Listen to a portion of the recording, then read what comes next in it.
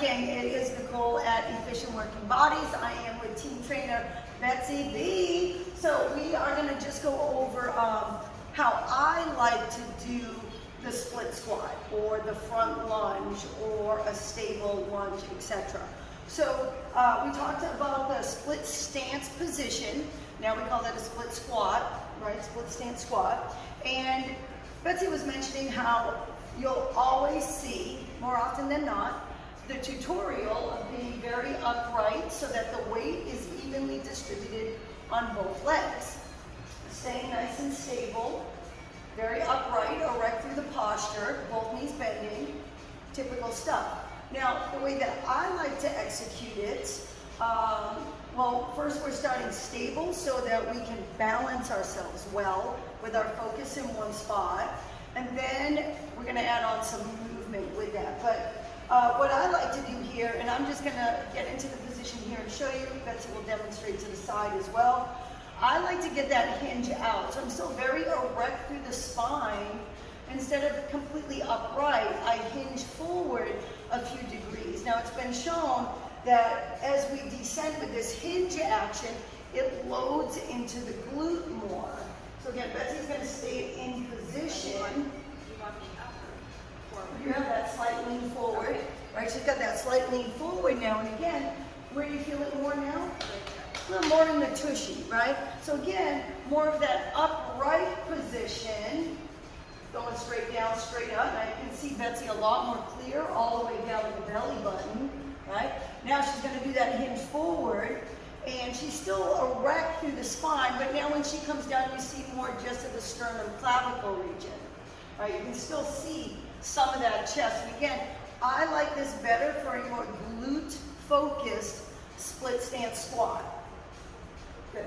Now, we're going to go over moving into that, because that was part of what, a big part of Betsy's question here is moving in the front lunge.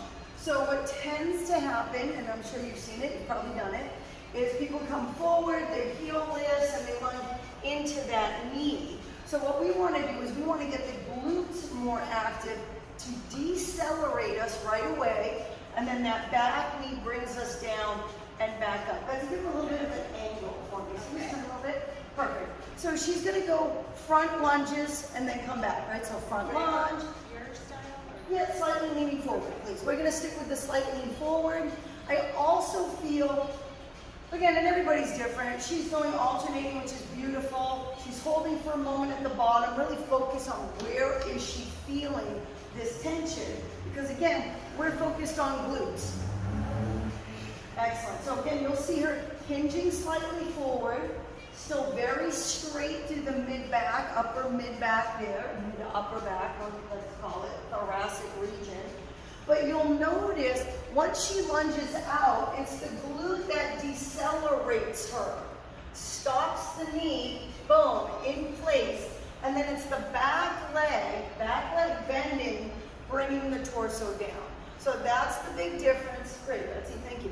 That's the big difference between two different variations. More upright, weights more even on both legs, hinged forward, more focus into the glute hamstring. And then if you're moving, the only one other thing we probably wanted to mention is people do have a tendency to lunge really far forward, and then when they push off, they come back through that low back, right? So what we're going to do is just as if you were stepping, please Betsy, just as if you were just going to do a regular old step forward. So nothing too big. Notice it's only about 1.5 feet, if that.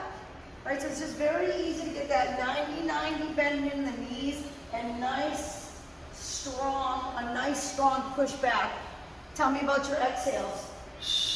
Right, we like to make noise with our exhales here. All right, nice and strong in the gut, nice and strong through the spine. Yeah. Thanks so much. Leave your comments. We appreciate you.